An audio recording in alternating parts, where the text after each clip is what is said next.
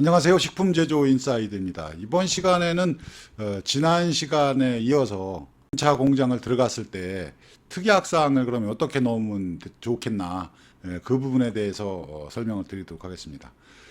식품 공장을 임차할 때 계약서에 주로 이런 문구가 자주 들어갑니다.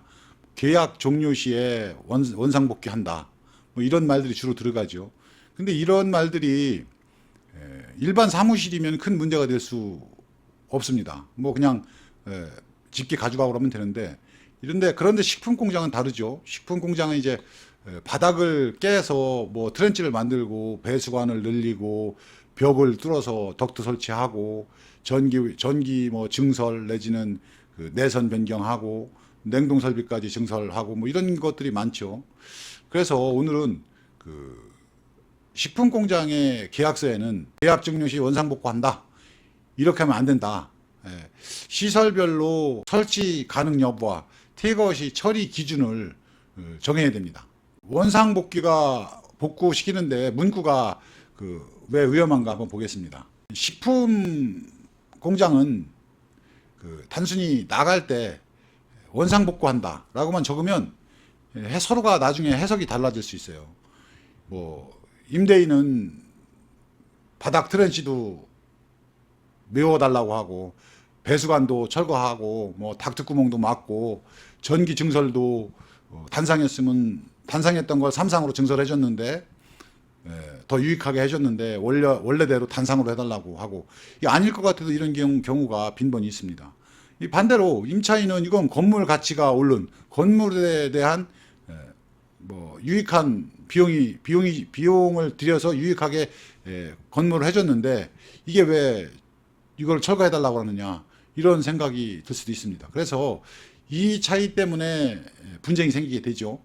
특히 이제 식품 공장은 이제 바닥 트렌치, 특히 급수관, 배수관, 전기 증설에 관련된 것, 덕트, 냉장 냉동 설비, 그다음에 판넬로 이제 구획을 이제 해서 내가 필요에 맞게 구획을 맞게 막았던 부분들, 이런 것들을 계약서 특약과 별첨표를 만들어 두는 것이 중요합니다. 특히 조심해야 될 문구가 있어요. 보통 임차인은 어떠한 시설이든 원상복구한다, 또는 뭐 임대인의 요구에 따라 원상복구한다, 내지는 전 임차인의 시설까지 포함하여 원상복구한다, 이런 내용들이 들어갈 수 있어요. 이 너무 포괄적이죠. 그래서 이렇게 쓰게 되면 분쟁의 소지가 있어요. 왜 어디까지 복구해야 하는지 좀 불명확하고 내가 설치하지 않은 시설까지 책임을 질 수가 있습니다. 그래서 계약서에는 원상복구라는 말만 쓰지 말고 시설별로 요거는 철거, 요거는 존치, 요거는 뭐 협의, 이렇게 나눠서 좀 표를 만들어야 된다, 이렇게 말씀을 드릴 수가 있겠습니다. 그럼 어떻게 나누냐? 이 식품 공장을 세 개로 다 나누면 첫째는 반드시 철거해야 될 시설, 뭐 작업대나 선반이나 포장기나 이런 기계들은 뭐 다 가지고 새로운 공장으로 이전하면 되겠죠. 이런 것들을 집기들 같은 경우는 보통 임차인이 철거를 하게 되는데 애매한 것들이 있어요. 협의 후에 존치, 요런 부분들 가능한 것들, 트렌치나 에폭시 바닥이나 판넬 벽, 뭐 전기 증설한 거, 원래는 뭐 단상 뭐 20kg, 30kg였는데 삼상 뭐 50kg로 증설했다. 그랬을 때 나는 돈을 들어가서 더 유익하게 해줬는데 임대인은 이거 원상복귀 해달라, 이럴 경우가 있어요. 그다음에 배수관이나 배기닥트 같은 시설입니다. 그래서 다음 임차인에게 도움이 될 수 있지만 임대인이 이거 철거하라고 하는 경우가 많아요. 이럴 때 난감하죠. 그래서 이렇게 나눠야 된다. 협의 후 존치는 뭐 이런 부분들은 협의 후 존치하겠다. 그다음에 세 번째는 명확히 해야 될 시설이죠. 냉동기, 실외기, 그다음에 벽체 타공, 덕트 구멍, 뭐 분전반, 냉동 창고, 판넬 같은 시설이죠. 이거는 계약서 별첨표로 미리 기준을 정해야 됩니다. 내 입장에서는 좋은 시설이니까 두고 가도 되겠지만 이렇게 생각할 수 있어요. 두고 가면 다음 사람한테도 좋고 이 공장의 값어치 또 유익하게 되고 그래서 뭐 내 돈 들어간 거지만 두고 가면 좋지 않겠나 이렇게 생각할 수 있어도 임대인은 그렇게 생각하지 않는 경우가 있습니다. 그래서 이 부분을 명확하게 해야 된다 이렇게 말씀을 드릴 수가 있어요. 그러면 반드시 특이하게 넣을 6가지 이걸 말씀드리겠습니다. 먼저 바닥 트렌치입니다. 설치해도 되는지 또 나갈 때 메울지 그대로 둘지 이걸 결정해야 되고, 두 번째로는 급배수 배관입니다. 배관 증설을 허용하는지 나중에 철거해야 될지 아니면 좀 마감 처리 정도만 해야 될지를 정해야 되고, 그 다음에 전기 증설에 관련돼서는 이게 단상이었었는데 3상으로 승합했는데 이것을 다시 원상복귀해야 되는지, 그 다음에 그 계약 전력이 뭐 전에는 30km였는데 50km로 증설했는데 다시 30km로 내려야 되는지, 그다음에 분전반은 존치해야 되는지 이런 것들을 명확하게 특약 사항에 넣어야 됩니다. 그다음에 배기 덕트입니다.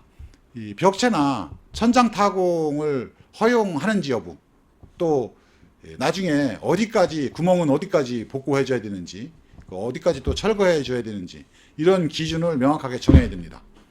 그다음에가 이제 냉장 냉동 설비인데 실외기의 그 위치나 배관 구멍, 뭐 앙칼은 어떻게 제거를 해야 되는지, 방수 처리를 해야 되는지, 내지는 실리콘 처리 정도만 해야 되는지 이런 것도 정해야 되고, 그다음에가 이제 판넬을 구획해서 세웠던 것을 이거는 철거해야 되는지 아니면 이것도 그냥 놓고 가야 될지 이런 부분도 정해야 됩니다. 작업장이나 포장실도 마찬가지고 냉동 창고 판넬도 철거할지 존치할지에 대해서 명확하게 정해야 됩니다. 이런 특약 사항들이 꼭 들어가서 별첨으로 꼭 넣어야 된다 이렇게 말씀을 드릴 수가 있습니다. 특약 문구는 이렇게 잡으시면 되겠죠.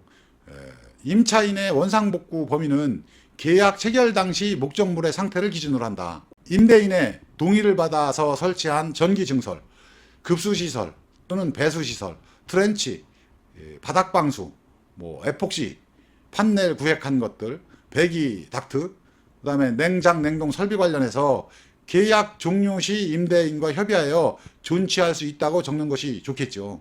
또 임대인이 존치에 동의한 시설은 임차인이 철거와 그 원상복구 의무를 부담하지 않는다고 요 명확하게 기재를 해야 됩니다. 단 뭐 이동식 기계 장비나 집기, 간판, 영업 전용 설비는 이 임차인이 철거해야 된다고 이제 구분을 해야 되겠습니다. 그런데 여기서 별첨표가 가장 중요합니다. 특약 문구만 넣고 끝내면 부족하고, 가장 좋은 방법은 이제 계약서를 다 쓰고 그 뒤에 시설물 설치 및 원상복구 구분표 이렇게 붙이는 겁니다. 이렇게 정리를 해야 되겠죠. 바닥 트렌치는 존치하고, 뭐 에폭시도 발라 놓은 거니까 에폭시나 뭐 크리트나 이런 것들은 존치한다. 그 배수 배관 시설도 존치 또는 마감 처리한다. 그다음에 전기 증설 분전반도 뭐 존치한다. 그다음에 냉동기 실외기는 철거하고 앙카 구멍은 뭐 실리콘 처리해서 마감한다. 그다음에 이동식 기계 장비는 철거한다. 이렇게 시설별로 적고 임대인과 임차인이 확인했다는 문구와 서명 날인을 받아야 합니다. 말로만 합의는 나중에 기억이 나질 않아요. 몇 년, 보통 공장들은 3년 계약하고 또 뭐 3년 더 하게 되면 6년 이렇게 되기 때문에 서로 기억을 못해서 법적 분쟁이 될 수가 있어요. 그래서 반드시 서면으로 남겨야 됩니다. 오늘 내용을 정리하자면 식품 공장 임차의 핵심은 지금 들어갈 수 있느냐만이 아니고 나갈 때 얼마를 물고 나가느냐, 보증금을 그냥 삐끼고 나가느냐, 그걸로 원상복구 비용으로 퉁칩시다 뭐 이렇게 하는 경우가 있어요. 그러나 그 돈을 다 받고 나가느냐, 아주 중요한 문제죠. 그 다음에 최고 이제 마무리 중에 중요한 거는 입주 전에 사진과 영상을 꼭 남기시는 게 중요해요. 사진을 찍어 두어서 현장에서 그 사진들을 쭉 정리해서 계약서에 붙이든지 아니면 보관하고 있다가 나중에 퇴거할 때 그 내용을 활용해서 협의를 하든지 하면 되겠습니다. 그래서 특약사항에 꼭 이렇게 별첨표를 붙여서 진행을 하셔라 이 말씀을 드리면서 오늘 강의는 여기까지 하겠습니다. 감사합니다.